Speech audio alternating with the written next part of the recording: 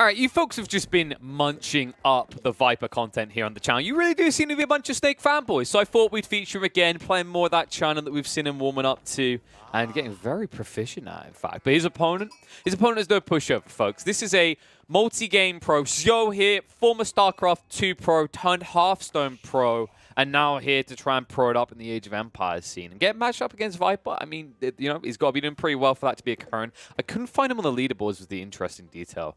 But nonetheless, maybe he was on like an early blitz, and therefore it you know, calibrated him into a top-level match against Viper, because of course Viper is sitting up at 8th right now. The other possibility is that there's stagnation across periods of not playing, because I think Viper hasn't been able to play that many games the last few days due to the King of the Desert tournament, I think it is, from Age of Empires 2, so that kind of eats up their time. Of course, anyone who's playing in that wasn't able to put the hours into AoE 4 as they were busy committing to that tournament.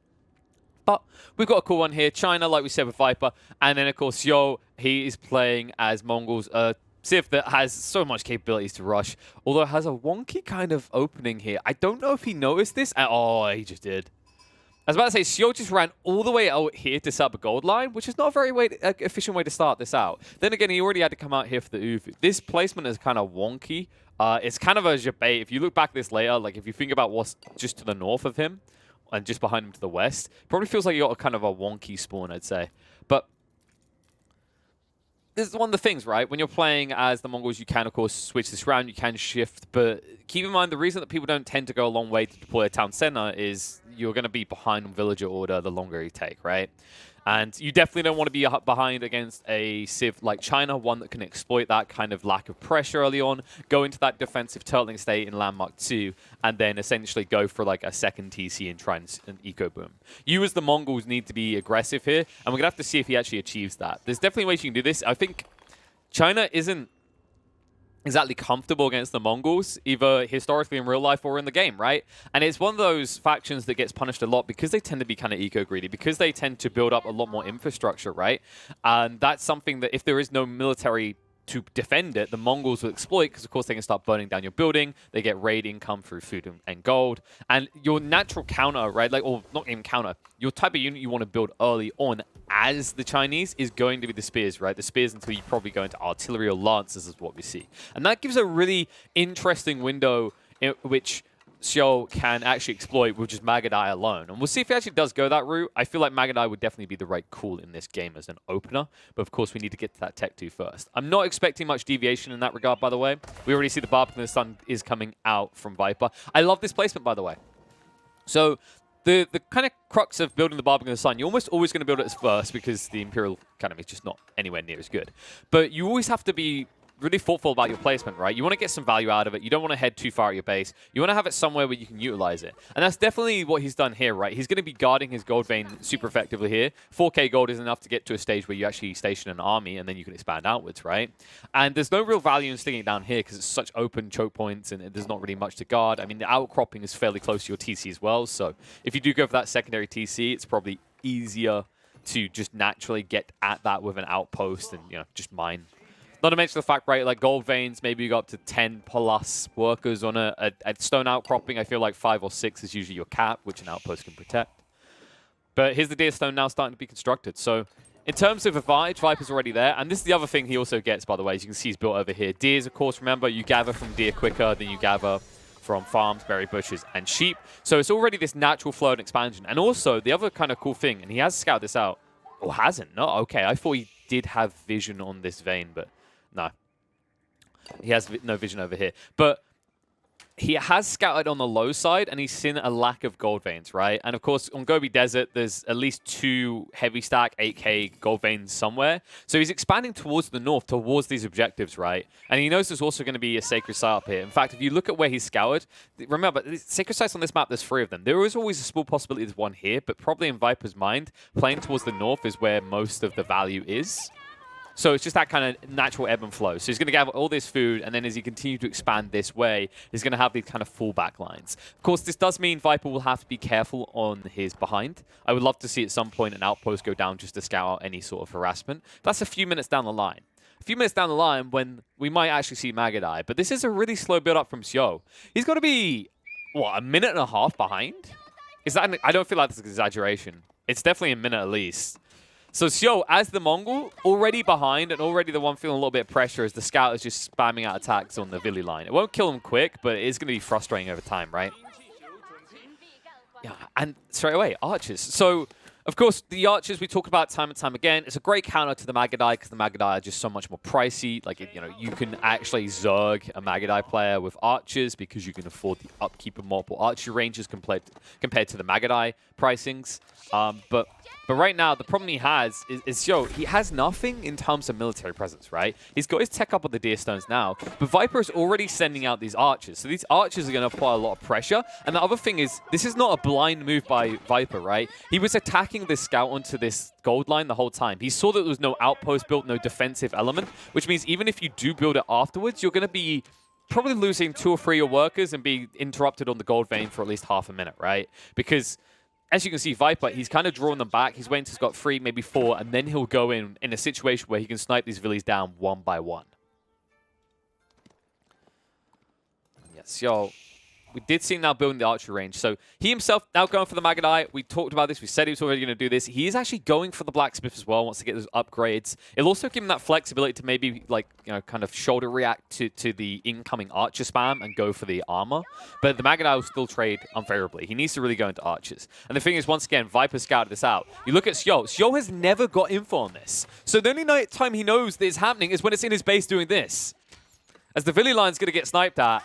And that's going to be all your gold gone. Bye-bye. Remember, the gold's important for the Magadai spam. That being said, I want Sjow to just cancel this Magadai right now and start building archers. Because he will have the home ground advantage, so he should be able to repel it. But he didn't pay attention. Look how long it took him to notice what was happening here. He lost 3 of his villages. 3 villages at this stage in the game where, I mean, look, what, you're at 25 villages? That makes up a quantifiable amount of your economy. And he's going to find the backline that we're gathering deer. Oh, my God. Viper. I mean, the Magadai are coming, and the villagers are attacking, but he doesn't care. If he loses these archers and he gets an equal amount of villagers out of this, it's a good trade. And more Magadai are being built now, but Viper, this was it. He didn't continue to commit to the archers, right? He just stopped at this. So he forces out the Magadai commitment still, and now Sjow has this hard choice. Do I continue building Magadai, knowing that he has an archery range and potentially counters it, or do I switch? And Sjow, he says, no, I'm going to continue down this line, okay? I'm genuinely just in for it all now. You know, I called you in the river. I got pocket jacks. I'm going to raise all in. You might have better. This board maybe connect. I don't know why I'm using all these poker statements, but this is kind of the situation he's in, right? Where it could be his opponent's now pivoting. It could be that he's got a secondary archer line. And you can already see he actually is building into it. So Viper's doing a reactionary archer build-up, seeing that now there are Magadai on the loose. And those Magadai are chasing in. We'll snipe out one Vili. Everything else will garrison, though, and the arrows come out flying. So does get run the Magadai. Does cost him a Vili for his trouble, though. Needs to be careful not to get caught out. So the Magadai are going to back up a little bit here. Sjow looks like he's waiting for reinforcements, but every second you don't actually harass these eco lines is every second that these Magadai continue to feel wasted, right? Like, the eco advantage is clearly now against you if you're Sjow. You're at 25 compared to the 29. Remember, he's got tax officials in there. In fact, he stopped off for 3 tax or imperial officials. That's why he doesn't have a bigger Vili advantage at this stage. A little bit of pressure again, but the Khan gets sniped! Okay, so Sjow has a problem now because that movement speed boost is a big deal on quickly getting in and out. And as a result, it might be very hard for him to kind of aggress in here now, especially with 7 archers being built by Viper. Meanwhile, back in his base, like, what's the solution right now? What are you doing? Because I look at Viper's sitch, and you've got to be fairly comfortable with your Viper right now. Like, you've got 3 tax officials out, or imperial officials out. I keep calling tax officials. And you haven't really been punished for doing that, right? And now remember, the thing to always keep in mind with these imperial officials is they can use this to supervise. So he's producing these archers 200% faster, which means that he's actually outscaling army-wise what Sjow is producing. Because Sjow is every once in a while getting these double Magadai, or these double archers now in this case. But remember, it's just out of 1 archery range. So, you know, every time you're getting 2 units, Viper's getting 3. Nice backline harassment coming out by Sjow. Just trying to keep the pressure on. And you can already see now Viper is onto the stone, looking for that secondary TC.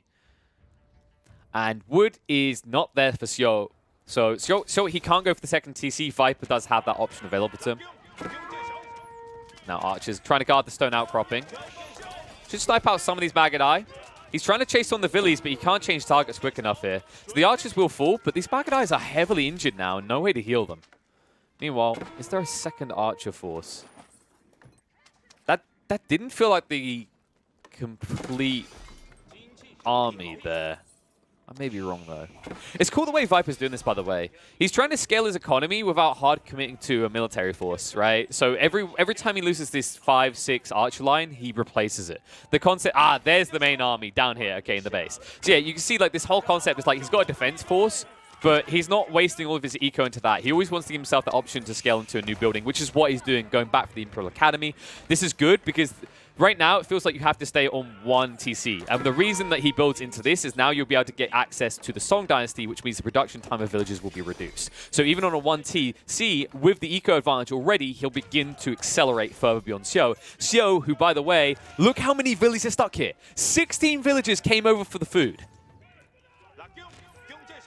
And even though they're going to set up over here, remember, they don't collect as quickly from the berry bushes as the deer, and there's still an opportunity to actually harass you because there's not a second outpost here, right? So Viper could chase in. Instead, he goes back for the gold line, which will be able to move away quick enough because remember, they've got the Deerstone Aura. They're yammening out of there quickly. But the problem he has right now is back and forth pressure. He's not able to actually consistently just keep on his production lines, and he's not doing the same to Viper. Viper is just comfortably, like, smoothly moving ahead at this stage. You can see it on the food and the gold front, right? Consider he went back for this landmark, and he still has food and gold better or equal to what Sjow has. Speaking of Sjow, has to go in. Archers on archers. The Magadite army is burnt. And he's just trying to get the better trades. I believe he did take the attack speed there, but it's not going to be good enough here. He's going to run out of troops quickly. Final archer to fall, and then the Khan is all alone against this, and Viper... Just the way he balanced this military force, back and forth, just this situation. Sjow, I think the really big error he made here, and now he's trying to fix it by going back for archers, is committing to this Magadai. It was so pricey, and as a result, he's just reacting to everything Viper is now doing. Like, he's going to finally get rid of this military force, but look, a new one comes in and gets rid of his food supply again. And all the while, as we mentioned before, Viper can continue to scale. He's even got a second army building up in the base, so he'll just send them over in treacles of between 6 and 8.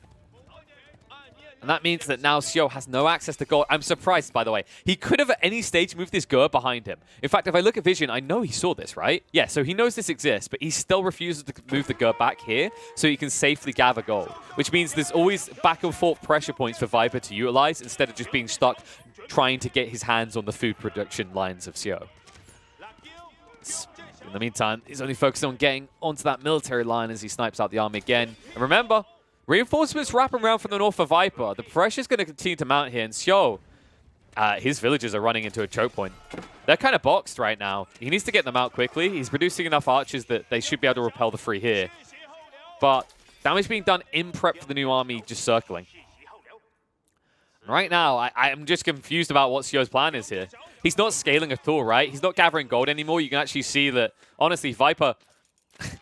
He's just surpassed him on current resources. Sjow has just been hoarding food and gold, looking for a tech-up opportunity this whole time. His actual big limiter is wood, and that's what concerns me more, is a lot of these people weren't working the wood line, right? He's going to shift them over now, but that's kind of his limitation. That's why we haven't seen this non-stop push-out of archers, is because he simply couldn't afford it. And that's really the big kind of, stab at the heart, right? He's going to build this step redoubt now, but Viper is on his way in again. So archer line around the back, a few coming in from the front. I think Viper misread this, though. Is he going to be quick enough? Oh my god, he's looking in the wrong places. He doesn't have scouting vision. He does have Zhugnu, though. These Zhugnu will shred quickly through their targets, by the way. So, keep that in mind. There you go, bursting through him quick. He's trying to get the step redoubt, but it's been interrupted. He's going to have to back away. And the pinch from both sides with the range line is going to force all the villagers to retreat. And that means he cannot complete the step redoubt. And he's going to lose his army as well. And Sjow, if you can't get at this, maybe you could cancel, try and produce it somewhere else. But I think it's too little too late. Yeah, he calls it. He knows when he's tapped out. Viper, just well read. I love the switch up into the Zhugnu. Getting his hands on them with the Dynasty switch just meant he had that kind of consistent pressure to trade well with the archers and ensure this tech up never happens. Because if it did, this is a game where potentially Viper is considering a tap out. He won't immediately, but he'll know that his opponent can maybe bounce back. Really good showing by Viper. Really big mistake coming out from Sjow. I think Sjow needed to focus a lot more on his wood line. He needed to get to a situation where he could support 2 archery ranges, and then I think he actually can potentially repel the Chinese force completely. Though now, before anyone says go horseman, there's a reason he didn't do that. When you're against China, you don't instinctually think horseman because usually China will have spearmen, and although you could force him to transition, you're transitioning yourself into a horseman, which will easily be countered, right? And then you're just pulling this game further back to a situation where then we're talking Nest of Bees timings against, your potential Lancer lines that will be matched by Lancer lines of your opponent. So it's just that teeter-totter that doesn't work out. I think really he needed to double down on the range. He needed to get a second archery range down, and he needed to get ample wood income to support that. The tech up was a nice idea, but he needed to cover it with ample unit production, and that is where he failed.